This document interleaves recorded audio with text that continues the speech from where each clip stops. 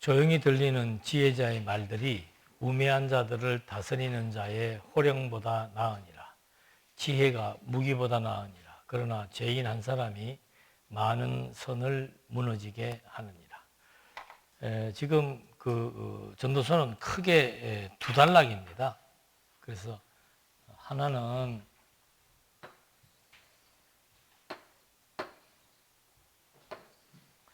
여기는 지혜의 가치 1장에서 7장까지는 탐욕의 가치. 그래서 이 탐욕은 인간의 욕망, 그 다음에 재물로 대변할 수 있습니다. 그래서 인간이 자기 뜻을 추구하려고 하는, 자기 생각을 추구하려고 하는, 그래서 인간의 욕망이라고 하는 것은 자기가 어떤 범위를 정하고 기간을 정하고 분량을 정하고 어떤 때를 정하고 목적을 정하고 이런 것들이 결국은 이제 파멸로 치닫게, 이게 보통 하나님을 모르는 사람들은 다 이러고 사는 거예요.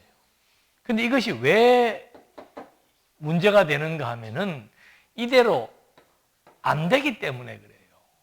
그러니까 이거를 미리 깨달으면은 이게 얼마나 사람을 힘들게 하는 겁니까?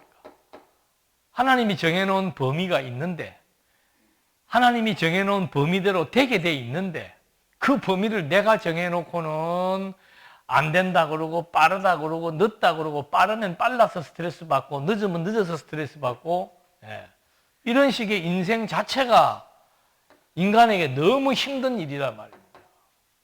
그러다 보니까 이런 문제를 자기가 주도적으로 하려고 하다가 안 되니까 그 다음에는 좌절하고 실망하고 분노하고 정오하고, 안 되는 그것이 그냥 나 혼자 안 되면 괜찮은데 거기에는 꼭 사람이 관계되어 있습니다. 인생은 인간과 더불어 관계 속에서 살아가기 때문에 내가 무슨 일이 안 될 때는 거기에 반드시 사람이 관계되어 있단 말이에요. 그렇기 때문에 이제 사람을 미워하게 되고 증오하게 되고 분노하게 되고 배신감을 느끼게 되고, 아니면 또 이런 일을 하려고 하다 보니까 옆에 또 경쟁 상대가 보이니까 시기하고 질투하고 막 이런 온갖 감정들이 내 영혼을 파괴시킨다니까. 마음의 병이라고 하는 거는요, 아무 일 없는데 마음의 병이 든다 있을 수가 없습니다. 그리고 내 어떤 의지와 관계없이, 내 행동과 관계없이 부모님의 정서가 또 어린 나에게 마음의 병을 들게 하는 경우도 부지기수지요. 부모가 불안하다? 아이, 불안한 거예요. 부모가 막 화가 난다? 그거 우리도 어릴 때 그런 거 느껴봅니다만 제일 불안한 게 뭡니까? 부모들이 싸우는 것을 보고 있다면은 그건 뭐 이루 말할 수 없는 불안과 마음에 대해서 굉장히 힘들어지는 과정들이 되는 거죠.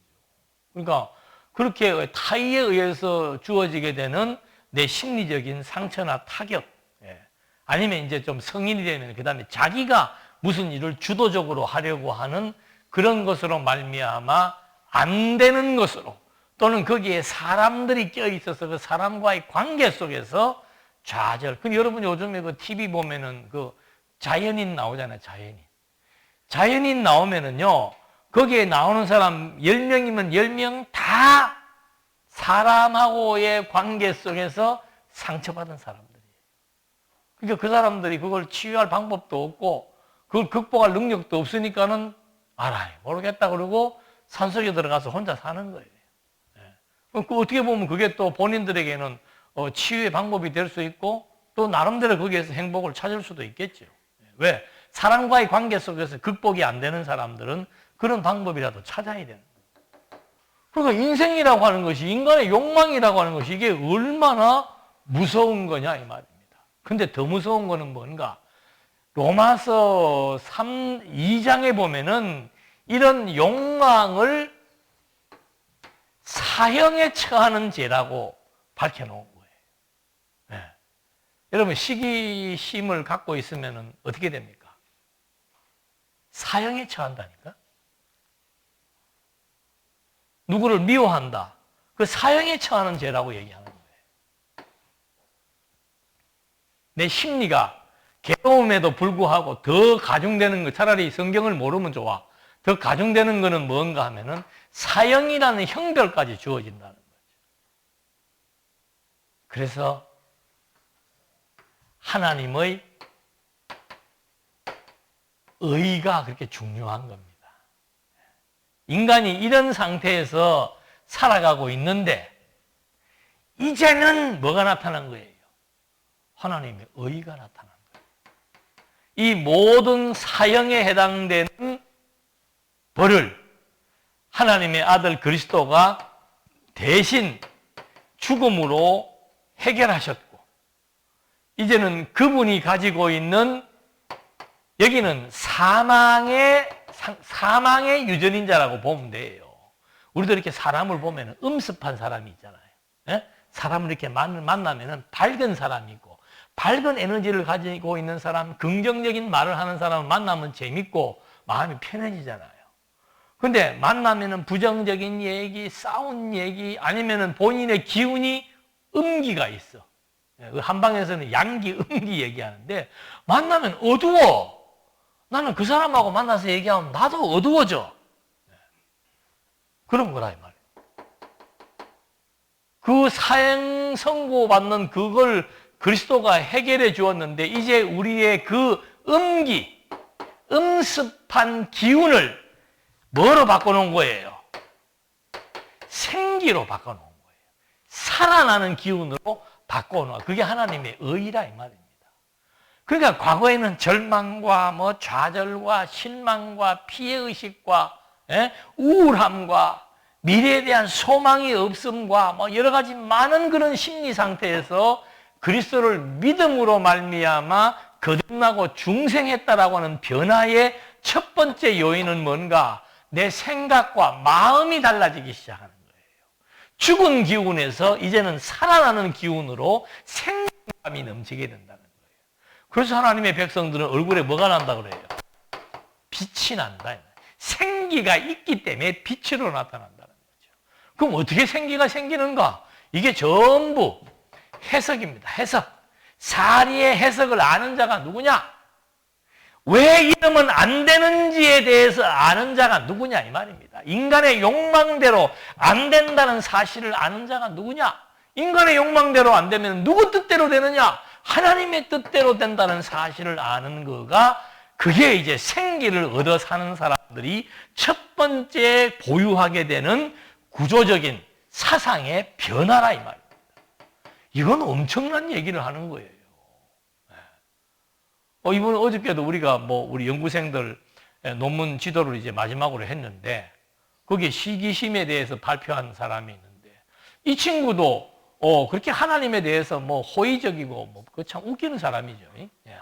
자기가 하나님에 대해서 호의적이고 자기가 하나님에 대해서 별로 마음에 안 들고 그럴 수는 있겠어요. 있는데, 그 시기심이라고 하는 논문의 주제를 가지고 접근해서 보니까 자기는 다른 데서도 시기심을 해결할 수 있는 길이 있다면은 그것도 괜찮겠다라고 하는 그런 관심을 가지고 있었다는 거지. 근데 모든 종교가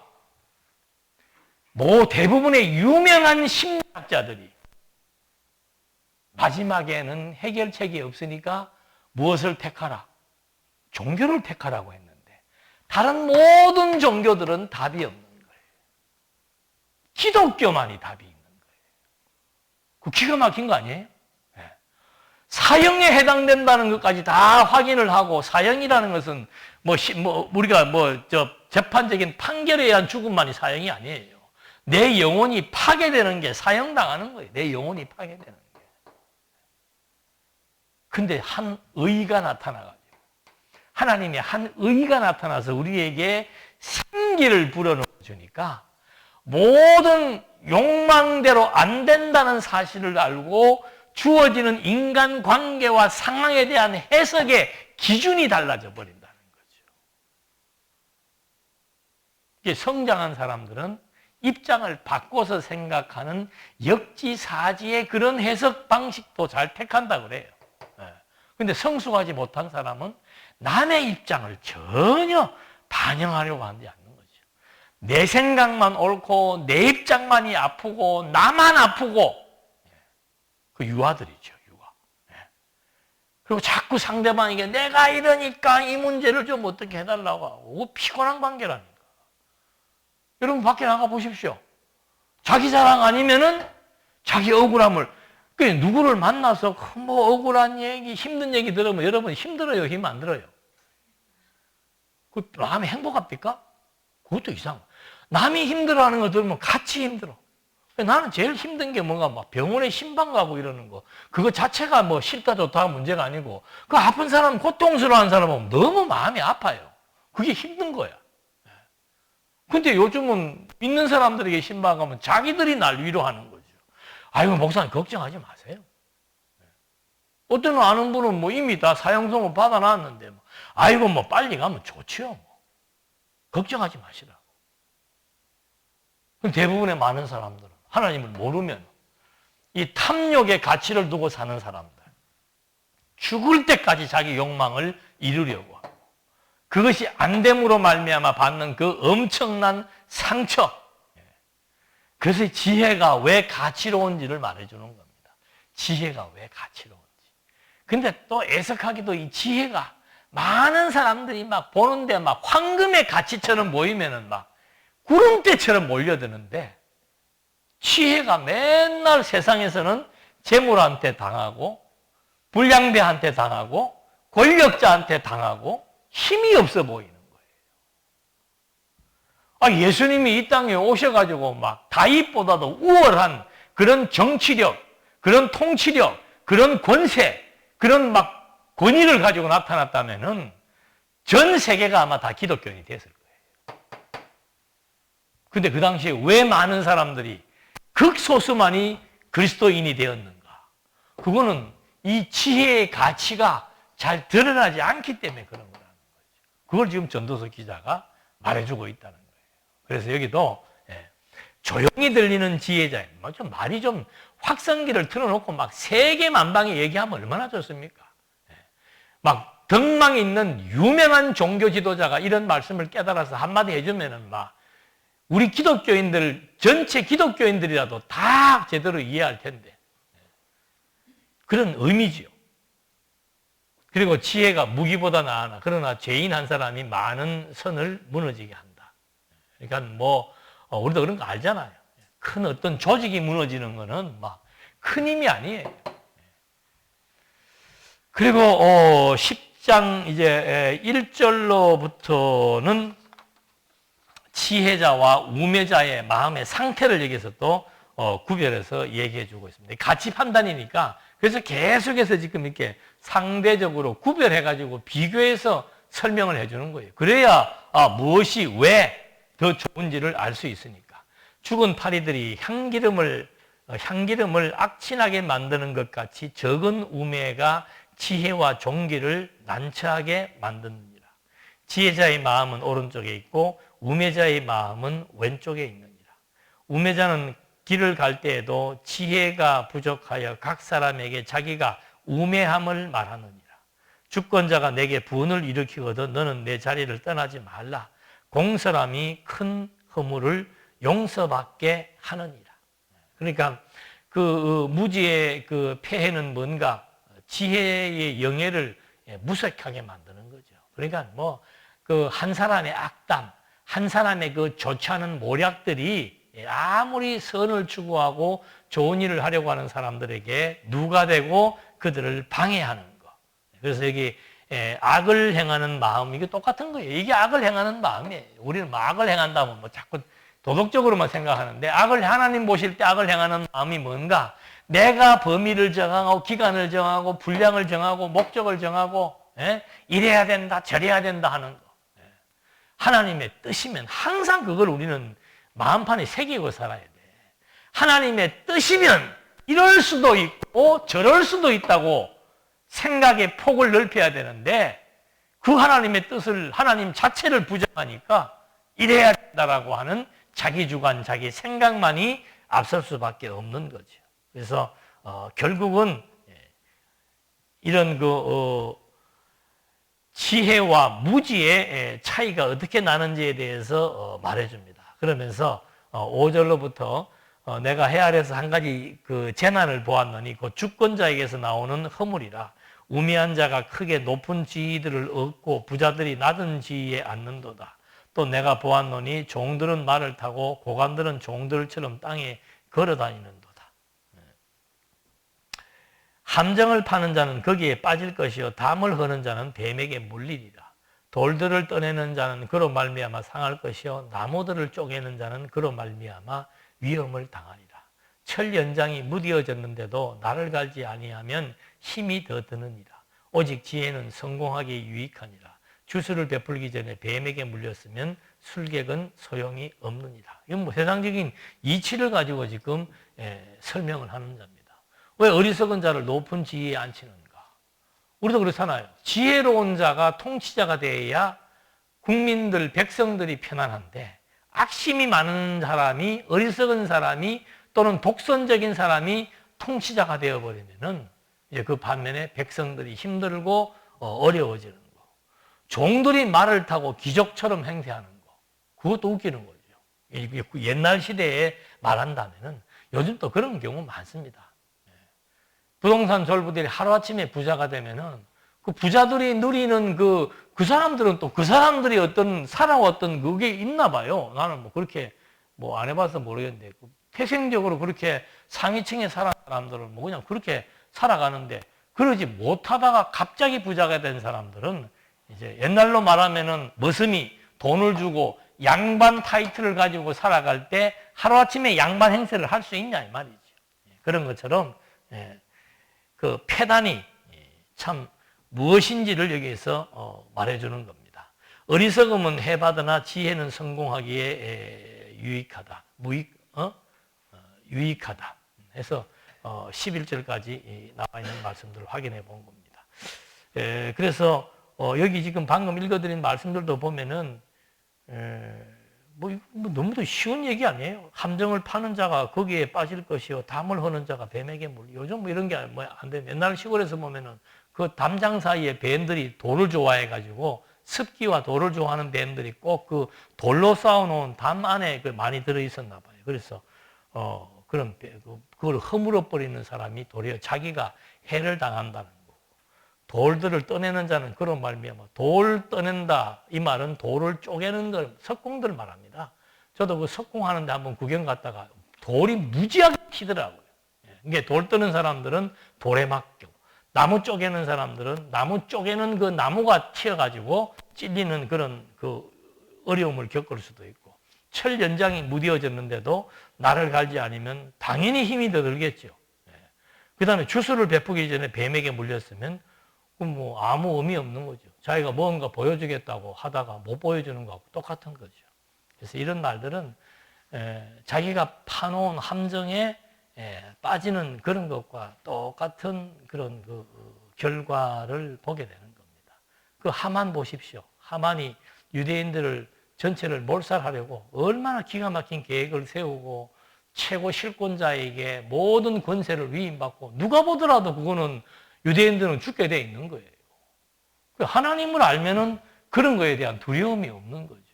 그러니까 누가 보더라도 권세, 능력, 나중에는 뭐 모르드게 죽이려고 그 십자가 틀까지, 사형 틀까지 다 만들어 놨잖아요. 근데 왕이 잠이 안 와가지고 옛날 창고에서 옛날 역사책 하나 확인해가지고 뭔지 들어서 그건 또 뭐 알아봅니까?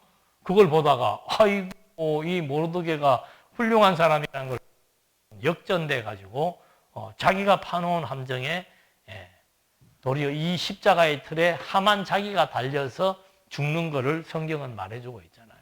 이 말은 무슨 뜻이 뭘 말하려고 하는 겁니까? 인간이 가지고 있는 그런 그 모함, 술수, 모략, 잔머리 아무 의미 없다는 거예요. 여러분 한번 생각을 해보십시오. 이런 거 하는 사람들은 그 얼마나 머리가 아프겠어요? 모르겠어 또. 저기 머리가 좋아서 나는 머리가 나빠서 아픈가? 이게 안 좋은 생각을 하면 얼마나 그게 피곤하고 힘이 든 겁니까? 근데 세상 사람들은 또 그러고 살아야 자기가 사는 줄 안다라니까. 왜? 하나님을 모르니까. 하나님을 모르니까 내가 누군가를 모함을 해야 되고, 그래야 내가 올라선다고 생각을 하고, 내가 뭔가 모략을 꾸며야 그 일이 된다고 생각을 하는 거죠. 여러분 사회생활 하면서 많이 경험하잖아요. 어떤 사람은 승진하겠다고 온갖 처신과 처세를 다하고 자기 상대방 되는 사람들 모함하고 했는데도 결국은 승진은 다른 사람이 하고 자기는 다른 대로 좌천되는 그런 일들. 너무도 많이 보는 거예요. 그래서 순간 힘들어 보이고 어려워 보이더라도 그냥 정도를 걸으면 되는 거예요. 정도가 뭔가 하나님의 뜻, 하나님의 하심, 그거 그냥 믿고 오늘 주어진 환경 속에서 그 일만 열심히 하면은 행복하고 즐거운 거예요. 저는 요즘에 정말 행복한 것이, 저는 옛날부터 그 하고 싶었던 일이 뭔가 하면 성경을 연구하는 거였어요.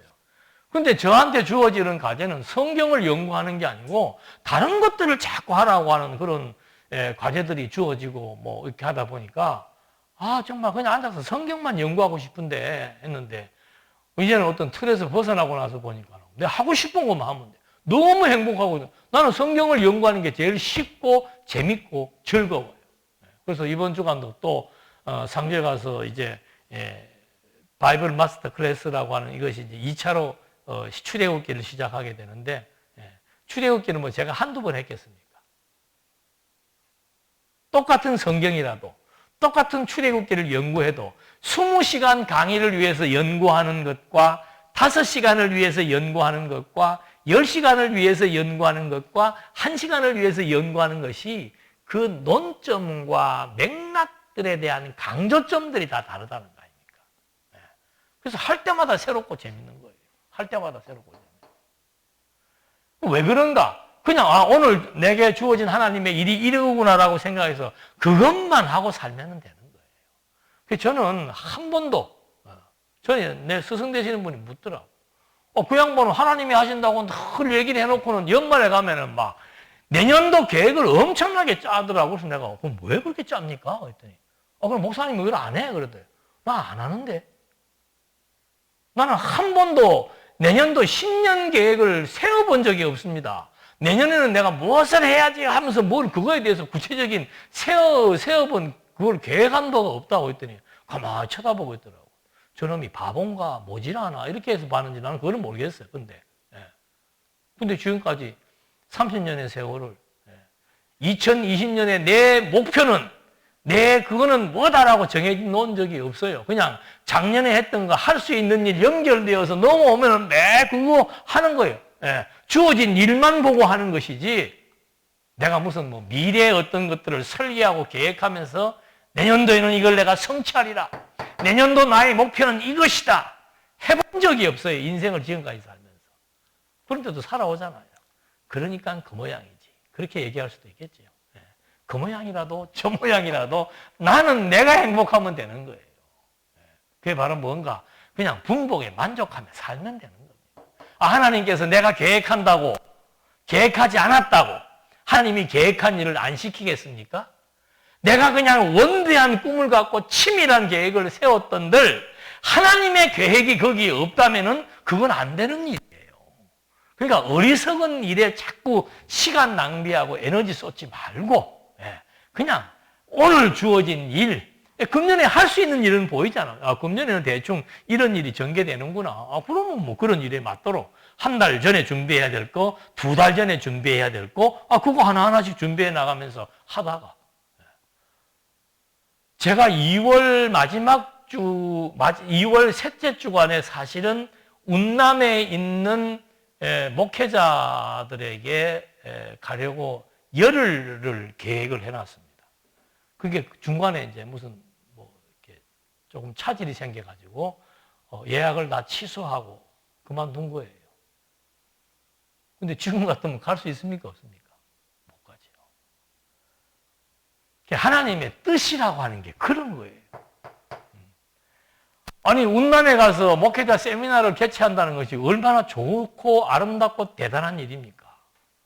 하나님이 아무리 선한 일, 다윗이 성전을 짓는 것처럼 선한 일이 어디가 있어요? 하나님의 뜻이 아니면 아니라니까. 아니면 아닌 거예요. 그때도 내가 막 고집해서 우격 다툼을 하면은 할 수는 있었을 거예요. 근데 그러기가 싫더라고. 그래서 아이고 그럼 알았다고. 안 가면 되지 뭐. 그러고 포기해버린 거예요. 지금 와서 보니까 그때 포기했던 게 얼마나 멋있어요. 그때 포기하지 않고 내 주장만 세웠다면은 결과적으로 우스운데 그때 포기하고 알겠다고 그냥 포기하고 승복해버린 것이 그 당시 일 처리 방법도 좋았지만 지금 와서 생각하니까 아이고 이거 뭐 만약에 예약 다 해놨으면 지금쯤은 뭐 비행기표 반납한다 그래도 되지도 않을 거예요. 그 벌금도 위반금, 위약금도 많이 물어야 될 거예요. 그래서 절대 하여튼 이래야 된다 이런 거는 없습니다. 우리 인생에. 그냥 주어지는 일, 그거 즐겁고 기쁜 마음으로 성실하게. 우리 부모들은 자녀들에 대해서 재단하면 안 돼, 재단. 자녀들에 대해서 재단할 거 없어요. 그냥 부모의 역할은 뭔가 얘가 뭘 잘할 수 있을까? 그거 잘 발견해서 본인이 하고 싶으면 하게 해주고. 우리 세대는 그런 일이 거의 없었어요. 전부 부모들이 막 나는 그거는 아마 공부를 별로 못하니까 그런 요구는 안 들어봤는데, 공부 잘하는 애들은 나는 절대 의사 되기 싫은데, 의사 돼야 된다. 나는 과학이 좋은데, 너는 과학이 하고 밥 못 먹고 살아. 법대 가야 돼. 우리 집안에서 법대 나가고 집안을 일으켜. 이런 식의 무모한 일들. 지금도 하나님 모르면 다 그러고 사는 거예요. 그래서 여기 지금 그런 인간이 아무리 머리가 좋고 철저하고 뭐 확실하게 무엇을 했다 하더라도 그 어리석은 생각들은 결국 자기 발등을 찍게 되는 결과를 낳게 한다고 솔로몬이 자기 인생 경험을 통해서 밝혀주고 있습니다. 12절에 보니까 지혜자의 입의 말들은 은혜로우나 우매자의 입술들은 자기를 삼키나니 그의 입의 말들이 시작은 우매요 그의 입의 결말은 심히 미친 것입니다. 우매한 자는 말을 많이 하거니와 사람은 장래의 일을 알지 못하나니 나중에 일어날 일을 누가 그에게 알리리요. 우매한 자들의 수고는 자신을 피곤하게 할 뿐 아니라 그들은 성읍에 들어갈 줄도 알지 못합니다. 지혜자의 말들은 항상 들으면은 상대방의 마음을 편안하게 해주고 용기를 갖게 해주고 희망을 갖게 해주는데, 우매자의 말들은 뭡니까? 탐욕에 의한 말이니까 탐욕에 의한 말. 나는 어떤 스님이 TV에 나와서 뭐 상담하는 프로그램이 있길래 한번 이렇게 듣다가 재밌는 얘기를 들었어요. 어떤 부인이 질문을 하는데, 우리 남편이 암 말기예요. 그래서 지금 병원에 입원해서 요양원인지 거기에 있는데 자꾸 집에를 가고 싶다고 합니다. 어떻게 해야 되겠습니까? 우리 실질적인 얘기들이잖아요. 이제 관심 있게 들었죠. 훌륭한 스님이라서 뭐라고 얘기하시나 하고 들었는데 지혜롭게 얘기하더라고요. 우리가 할 수 있는 일이 있고 할 수 없는 일이 있습니다. 그 질문하신 그 자매님은 그 일을 통해서 당신에게 더 유익합니까? 그렇지 않으면 힘이 듭니까? 힘이 들지요. 병원에 놔두면 병원에서 다 해주는데 집에다 모셔놓으면 자기는 지금 나가서 일도 해야 되는데 집에다 모셔놓으면 남편 그 간호를 누가 할 것이며 그걸 일일이라고 어떻게 할 거예요? 그러면 당신은 그렇게 함으로 말미암아 더 힘들어지고 나중에는 남편한테 짜증내게 됩니다. 할 수 있는 일, 해야 될 일, 이 선에서 정리해야 될 일을 구분해서 하시라고 얘기를 합니다. 지혜로운 얘기죠. 그래도 본인이 하겠다는 거. 본인이 하겠다는 거 해줘서 내가 힘들면 내 입에서 뭐가 나와요? 원망이 나오고 불평이 나오고 짜증이 나올 거 아니에요. 그래봐야 본인에게도 그런 얘기를 해주라는 거지. 당신도 인생 살면서 꼭 내가 하고 싶은 대로 내 좋은 대로는 할 수 없지 않느냐라고 상황을 얘기해 주라는 말처럼 여기서도 지금 그런 얘기를 해주는 거예요. 모든 일들이 다 우매자와 지혜자의 그 차이에서 볼 때 은혜로운 말과 들어서 상대방을 힘들게 또는 불쾌하게 하는 말, 그리고 그 우매자들의 말들의 시작은 결국은 결말에 가서는 참 황당한 얘기들이라는 거예요. 이 욕망이라는 것 자체가 황당한 거예요. 이게 황당한 거. 왜? 안 되는 거기 때문에. 되면은 될수록 그 욕망의 늪에 더 빠져버리게 되는 겁니다. 어떤 사람은 자기 생각대로 잘 되던데요. 그거 좋은 게 아니에요. 욕망의 늪으로 자꾸 빠져들어가서 점점점 하나님의 지혜로부터 멀어지게 되는 거. 그래서 우리는 때로는 그 고난이라고 하는 것이 참 아름답고 유익하다 그러잖아요. 내 생각대로 내 욕망대로 잘 돼가지고 하나님에게 멀어지면서 파멸에 이르는 것보다는 내 생각대로 안 되는 고난을 통해서 하나님에게로 가까워져서 지혜를 얻는 것. 그게 훨씬 유익한 인생이죠. 그 얘기를 지금 이 솔로몬이 얘기를 해주면서 사람의 14절 사람의 장래일을 알 수가 없다는 거죠. 우매자가 말 많이 하지만 그 장래일을 어떻게 할 거예요? 미래가 어떻게 될 걸 어떻게 알아요? 아무도 모르는 일이죠. 그래서 나중에 일어날 일을 누가 그에게 알 일이요? 우매한 자들의 수고는 자신을 피곤하게 할 뿐이라 그들은 성읍에 들어갈 줄도 알지 못한다. 성읍이라고 하는 것이 도성이고 아름다운 곳이잖아요. 거기 들어가는 것은 알지도 못하고 자신을 피곤하게 만드는 그런 욕망에 포로된 그런 것들에 대한 어리석음과 피곤한 것을 말해주면서 정말 가치는 지혜에 있다고 말해주는 겁니다. 16절에 왕은 어리고 대신들은 아침부터 잔치하는 나라여 내게 화가 있도다. 왕이 어려서 아무것도 모르는데 대신들은 거기서 술과 막 파티만 여는 거죠. 왕은 귀족들의 아들들이요 대신들은 취하지 아니하고 기력을 보하려고 정한 때에 먹는 나라여 내게 복이 있도다. 그래서 왕과 귀족들이 미래를 준비하는 그 나라를 세우기 위한 준비, 이건 아름답지만 허랑방탕한 것은 화가 주어진다. 게으른즉 석가래가 내려앉고 손을 놓은즉 집이 새느니라. 잔치는 희락을 위하여 베푸는 것이요 포도주는 생명을 기쁘게 하는 것이나 돈은 범사에 이용되느니라. 심중에라도 왕을 저주하지 말며 침실에서라도 부자를 저주하지 말라. 공중의 새가 그 소리를 전하고 날짐승이 그 일을 전파할 것입니다. 꼭 내가 하는 말이 다른 사람에게 전달된다라고 하는 그런 개념을 떠나서 여기서 지금 말은 그런 얘기예요. 반말은 쥐가 듣고 낱말은 새가 듣는. 우리나라 속담들도 희한하죠. 그게 다 경험에서 나온 말이죠. 그러니까 그 뒤에서 하는 그런 얘기들은 결국은 다 본인의 귀에 들어간다는 전제를 알면 되는데 여기서 중요한 얘기는 뭔가 하면 왜 그런 말을 하냐 이 말이에요. 그 말을 하는 것 자체가 나쁘다는 거죠. 왜? 왕을 저주한다라고 하는 거, 부자를 저주한다라고 하는 거. 왕을 누가 왕되게 한 겁니까? 하나님이 왕되게 한 거예요. 그 재벌들이 그러잖아요. 재벌은 그건 천원이라 그러잖아요. 하나님이 돈 벌게 해서 부자 만들었고 하나님이 왕 세워 놓았고 하나님이 어떤 자리에 앉혀 놓은 것을 왜 네가 앉아가지고 이러고 저러고 욕을 하냐, 험담을 하냐 이 말이죠. 그거 다 드러나는 것은 현상적인 얘기이고 원론적인 얘기는 뭔가 하면 그것은 결국은 누구를 원망하는 건가? 하나님을 원망하는 거라 이 말이죠. 그래서 시편에도 그게 나오잖아요. 하나님 내가 시험에 들었습니다. 왜? 아니 하나님을 모르는 사람들은 자식도 훌륭하게 잘 되고 하는 일마다 번창하고 좋은 권세도 얻고 권력도 얻고 남부러울 것이 없습니다.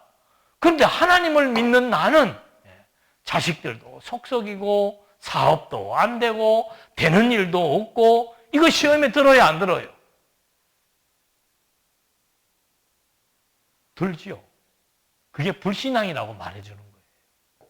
그냥 하나님께서 그래서 그 이번에도 그 MBTI 같은 거 보면은 그 재밌는 게 뭔가 하면은 다 뭐 지금 지금까지 나온 것은 16가지 정도로 사람의 다양성을 이렇게 분석을 해 놓은 거잖아요.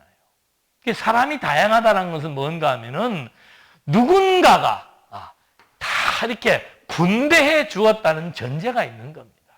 그 사람의 성격도 그렇게 만들었고 그 사람의 재능도 그렇게 만들었고 그 사람의 모양도 그렇게 만들었고 누군가에 의해서 다양하게 표현했다는 겁니다.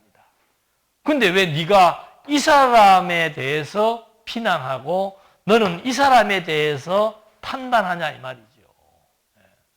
그러니까 밖으로 다니면서 에너지를 얻는 사람은 다녀야 된다니까. 또 밖에 다니면 스트레스를 받는 사람은 안에 있어야 된다니까요. 그러면 밖에 다니는 게 좋아요? 안에 있는 게 좋아요? 그런 걸 정하지 마라 말이에요. 근데 우리 집사님은 정해요, 안 정해요? 나름 집사님뿐만 아니라 우리 모두가 나름 자기대로 좋고 나쁜 기준이 있다는 거죠. 그게 악한 거란 말입니다. 아담이 선악과를 먹었다는 게 뭔가? 하나님이 이렇게 다 좋게 하나님 보시기에 어땠더라? 좋았더라고 해놓은 거를 내가 보기에 어떻더라? 나빴더라 이 말입니다.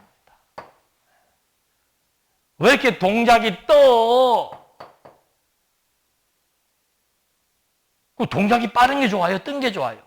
동작 빠르다가 이번에 보십시오. 이것도 비유가 적절하지 않을 수도 있겠네요. 그 히말라야 가가지고 내 눈앞에서 보는데 불과 한 5m 정도 앞에서 사람들이 팍 빠져가지고 다 위험을 만났잖아요. 빨리 가는 게 좋아요? 늦게 가는 게 좋아요? 빠르다가 다 좋은 게 아니라니까. 빠르다고. 그 사람들은 선발대예요. 건강하고 튼튼한 사람이 돼갖고 미리 좀 가서 길을 좀 탐지하느라고 앞장서서 보냈는데 앞장서서 간 선발대가 사고를 나고 좀 비리비리한 사람들은 뒤에 따라갔는데 사고를 안 당하고 좋고 나쁜 기준이 없는 거예요. 다 좋은, 하나님을 아는 사람은 다 좋은 겁니다. 밖에 다니면서 사람을 막 만나면서 에너지 얻는 사람은 밖에 다니면서 막 만나서 에너지를 얻되 말을 조심해야 되는 거죠. 좋은 말, 은혜가 되는 말을 하면서 상생을 해야 되는 것이고 나가는 거고 사람 만나고 하는 것이 피곤한 사람들은 우리 사이가 나를 파악을 했어. 여행을 이제 가자. 나는 여행 가면 어떤 스타일인가 하면은 저는 그냥 한 군데 정착하는 스타일이에요. 가고 뭐 리조트나 이런 데 가서 경치 좋은 데 가서 가만 앉아가지고 밥 먹고 뭐 구경 이렇게 보고 정 답답하면은 밖에 나가서 뭐 한번 동네나 한 바퀴 돌고 오는 스타일이고 그렇지 않은 사람은 여기다 정하지도 않아요. 오늘 여기 자고 내일 여기 자고 내일 여기 자면서 어떻게 하는 거예요? 완벽하게 돌아다녀야 되는 거예요. 이 사람하고 나하고 둘이 여행 가면 되겠어요? 안 되겠어요? 안 되죠. 내가 있자 그러면 여기서 스트레스 받고 여기를 따라가면 내가 스트레스 받는 거예요. 그래서 서로 상대를 존중하게 되는 거. 지금 여기는 존중이 안 되니까 하나님이 세워놓은 사람들에 대해서 불평과 불만을 한다는 그 이치에 대한 얘기를 해주는 거죠. 그래서 우리가 상대를 이해한다는 것은 상대를 인정한다는 거예요. 상대를 이해하고 인정할 수 있는 것은 창조주 하나님에 대한 인식이 전제되지 않으면 힘들다는 거죠. 이 사람에 대한 비난, 이 사람에 대한 험담은 하나님에 대한 불만의 요소라고 성경은 말해주고 있다는 겁니다. 이런 것들이 원활하게 정리가 되면은 이제 모든 인간 관계도 다 아름답게 이해하고 수용하고 또 상대방에 대해서 참아 나갈 수 있는 그런 좋은 열매가 맺히게 된다는 것을 확인해 볼 수 있습니다. 기도하시겠습니다. 은혜와 사랑이 풍성하신 하나님 아버지, 저희들의 만듦도, 저희들의 모양도, 우리의 생각도 다양하지만 이 모든 것에 대한 주관자는 하나님이라고 하는 사실을 또 한 번 확인해 봅니다. 우리에게 주어진 다양한 형편과 여건과 여러 모양의 생태들을 경험하면서 철저하게 하나님 중심으로 모든 것들을 해석할 수 있도록 지혜와 명철을 허락해 주시옵소서. 예수님의 이름으로 기도드립니다. 아멘.